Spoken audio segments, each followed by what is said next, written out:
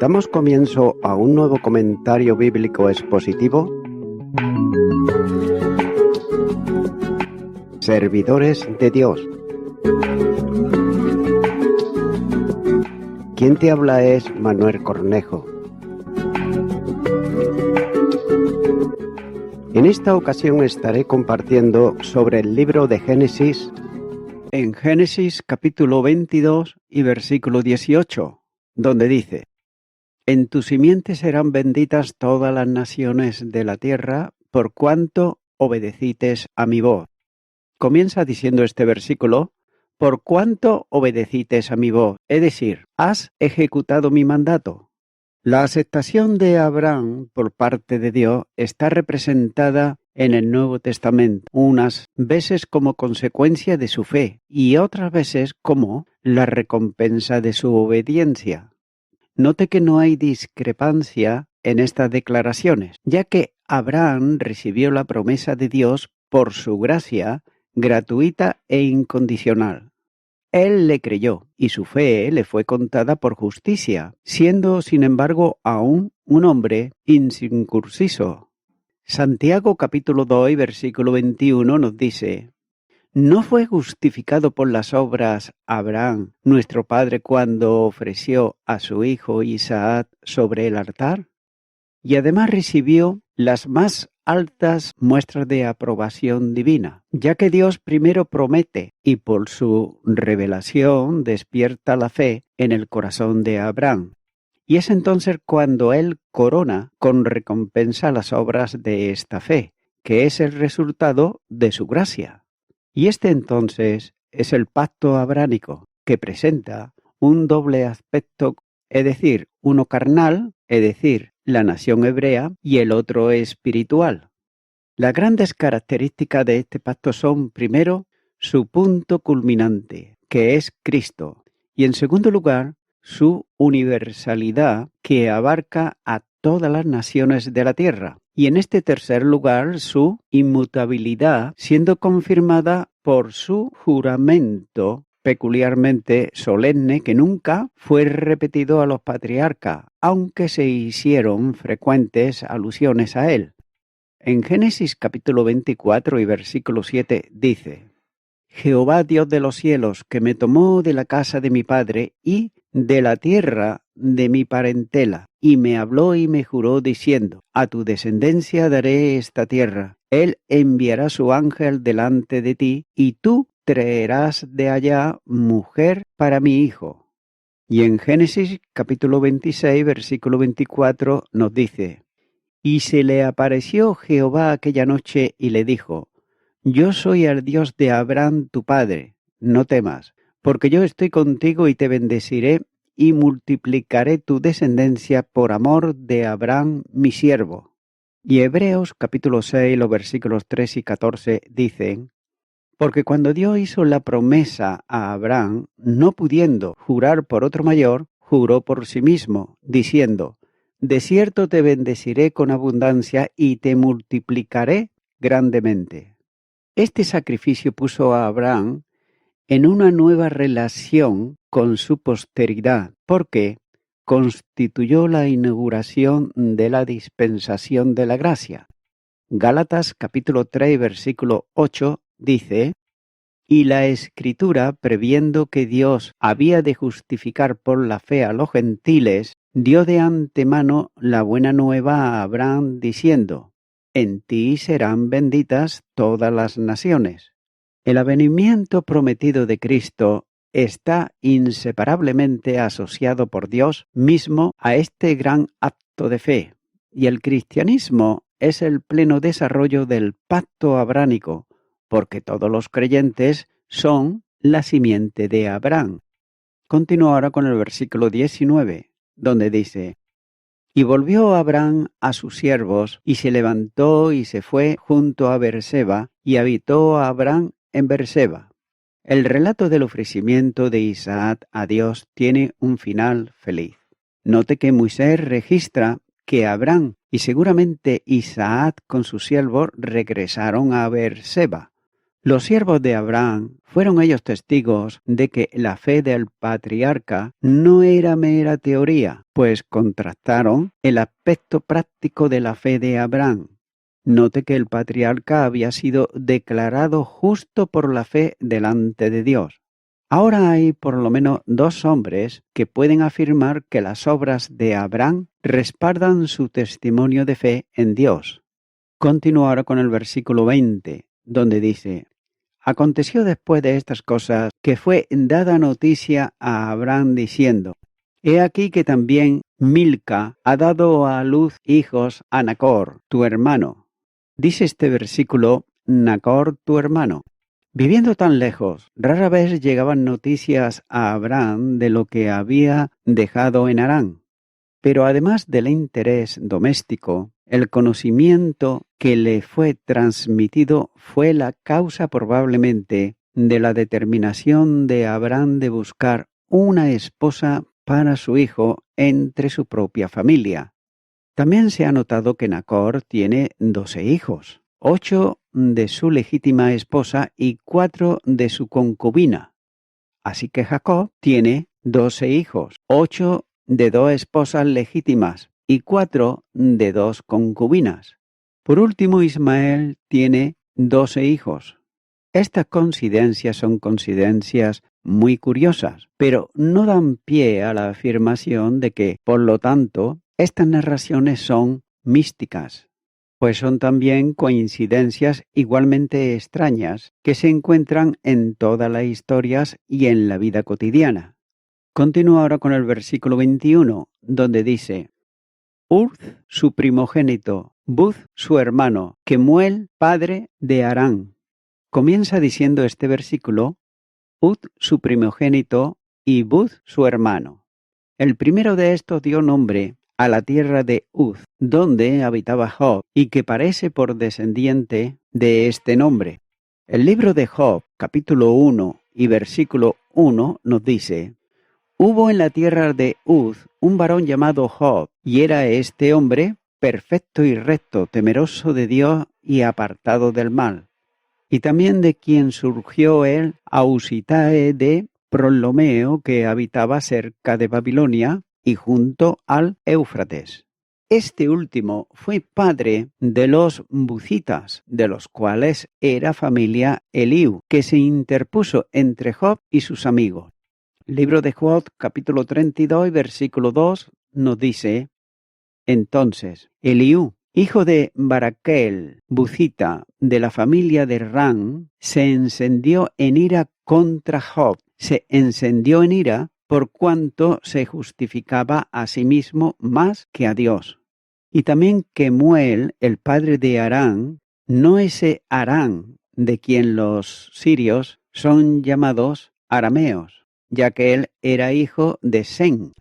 Génesis capítulo 10, versículo 22 dice: Los hijos de Sem fueron Elán, Asub, Afasad, Lut y Harán, sino que uno que tal vez fue llamado así por habitar entre ellos como Jacob, llamado Sirio. Deuteronomios capítulo 15, versículo 5 dice: Si escuchares fielmente la voz de Jehová tu Dios, para guardar y cumplir todos estos mandamientos que yo te ordeno hoy. O si se le hubiera dado este nombre también en memoria y honor de Harán más antiguo. De este Kemuel podrían provenir los carmelitas, de los cuales había dos clases mencionadas por Estrabón y que habitaban a la derecha del río Éufrates, unos 3 días de viaje en aquel tiempo. Continúo ahora con el versículo 22, donde dice: Keset, Azot, Pildas, Gidad y Betuel. Comienza diciendo Keset, de quien generalmente se cree que surgieron los caldeos, que continuamente se llaman Jastín, pero se hace mención de los caldeos antes de que naciera este hombre, a menos que sean llamados así por anticipación. Y Azot y Pildas y Gildad y Betuel, de estos hombres y de su posteridad no sabemos más excepto el último por cuyo bien se mencionan los demás, ya que Azot o Chazot se establecieron en Elimaís, un país perteneciente a Persia, donde ahora hay una ciudad llamada Chut por su nombre, y de donde todo el país se llama Chuzistán. Y los habitantes de ella son llamados por los asirios Usuyoe o Osuranans, que son los mismos de los que se hace mención Estrabón bajo el nombre de los coseos, a los que describe como un pueblo belicoso que habitaba en un país árido y montañoso y dado también al saqueo y al robo, y son mencionados por él junto con los elimaos, medos y persas. Por otro lado, algunos escritores árabes dicen que los persas son de Pars, el hijo de Pabla. Continúo ahora con el versículo 23, donde dice: y Betuel, el padre de Rebeca. Estos son los 8 hijos que dio a luz Milca de Nacor, hermano de Abraham. Comienza diciendo: y Betuel fue el padre de Rebeca, la que había de ser y fue mujer de Isaac, y por lo bien de su genealogía se da el relato anterior, como observa por otro lado Abed Ezra y así también Harshit. Y esto se observa para alinear el camino para la historia del capítulo, porque de los hijos de Betuel no se tiene en cuenta a nadie más que a ella, ni aun a Labán, su hermano, ya que estos 8 dio a luz Milca a Nacor, hermano de Abraham. Esto se observa y se da el número exacto, así como sus nombres, para distinguirlos de otros hijos de Nacor, que tuvo con otra mujer. Continúo ahora con el versículo 24, donde dice: y su concubina, que se llamaba Reuma, dio a luz también a Teba, a Gaán, a Taas y a Maaca. Aquí nos da el nombre de la concubina, que se llamaba Reuma. Note que no una ramera, sino una esposa secundaria que estaba bajo la esposa propia y legítima, y una especie de sirvienta principal en la familia, y principalmente reservada para la procreación de hijos, lo cual nótese que no se consideraba en aquellos tiempos ilícito ni tampoco deshonroso, como fue por ejemplo el caso de Agar en la familia de Abraham. Ella también dio a luz a Tebat y Jeán y Taach y Maacaz, de los cuales no se tienen en cuenta en otra parte. Solo se puede observar que aquí Machat es el nombre de un nombre que a veces se le suele dar a una mujer.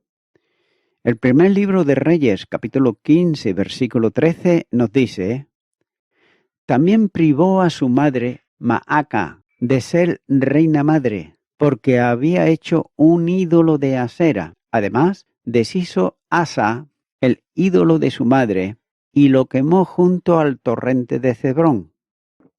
Y voy concluyendo con esto, y es que el punto central de la prueba a la que Dios sometió a Abraham gira alrededor del amor del patriarca hacia Dios.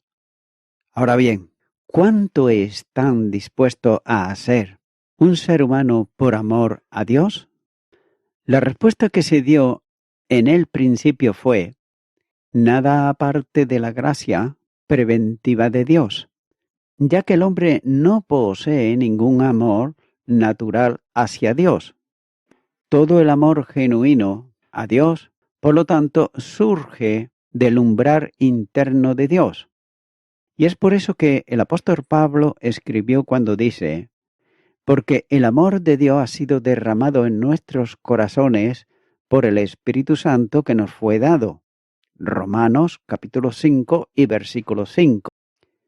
Por tanto, está claro que el amor del patriarca demostró ser un amor invencible, porque descansaba sobre la obra del Espíritu Santo de Dios en su vida.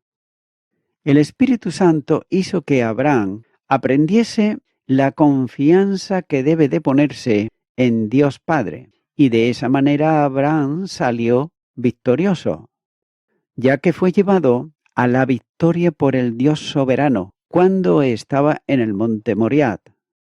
De modo que Abraham permanece como aquel cuya vida y pruebas ilustran de la manera más noble la declaración del Señor, cuando dice: el que ama a padre o madre más que a mí, no es digno de mí. El que ama a hijo o hija más que a mí, no es digno de mí.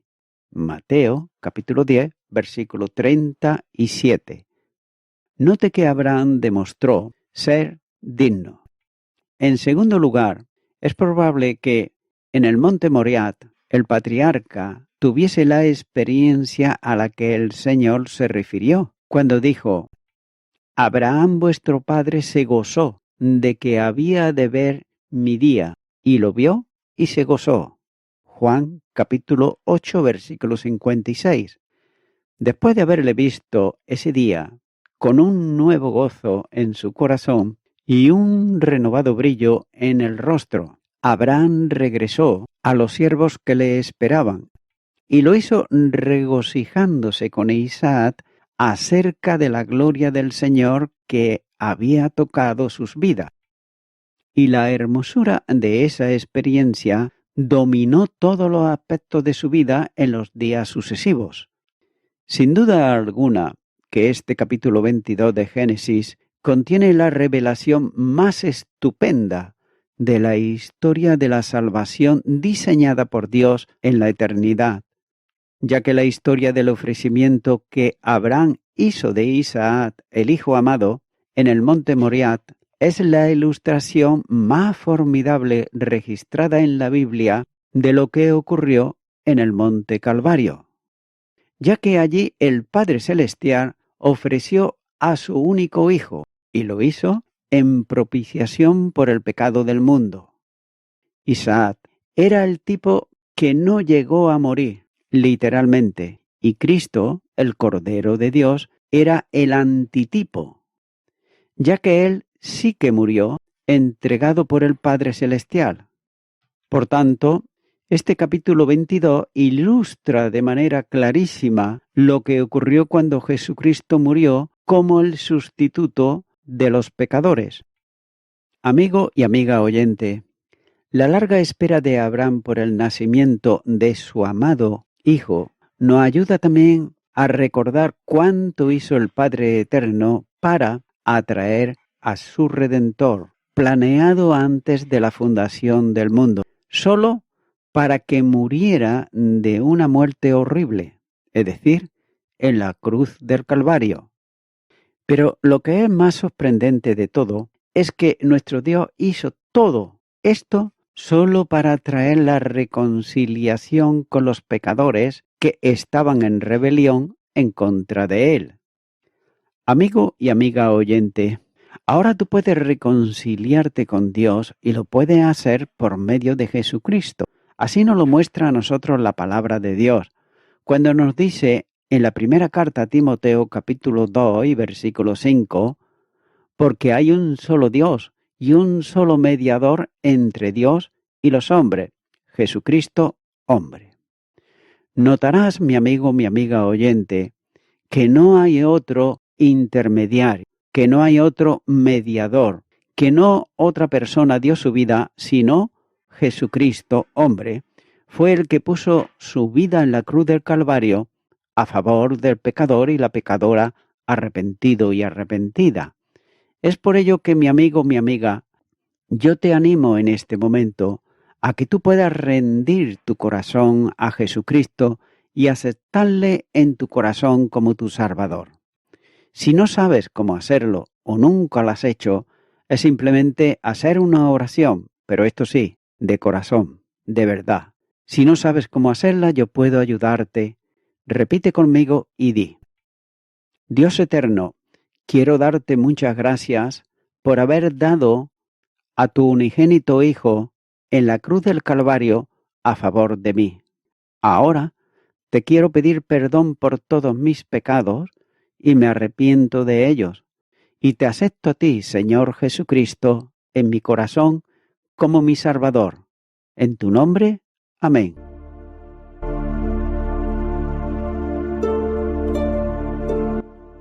Amigo y amiga oyente, si tú has hecho esta oración de corazón, te recomiendo que comiences a orar a Dios, en primer lugar, en el nombre del Señor Jesucristo.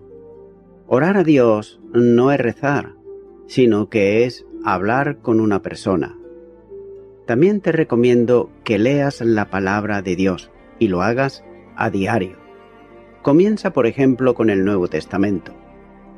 Y también, por último, te recomiendo que para que puedas crecer espiritualmente, te congregues en una iglesia cristiano-evangélica, donde se predique, se enseñe y se practique la sana doctrina y la palabra de Dios. Congrégate ahí y con el tiempo podrás crecer espiritualmente y también servir al Señor Jesucristo. Que Dios te bendiga. Y a toda la audiencia, nuevamente ya me estoy despidiendo de todos ustedes y será hasta el próximo programa. Que Dios os bendiga a todos.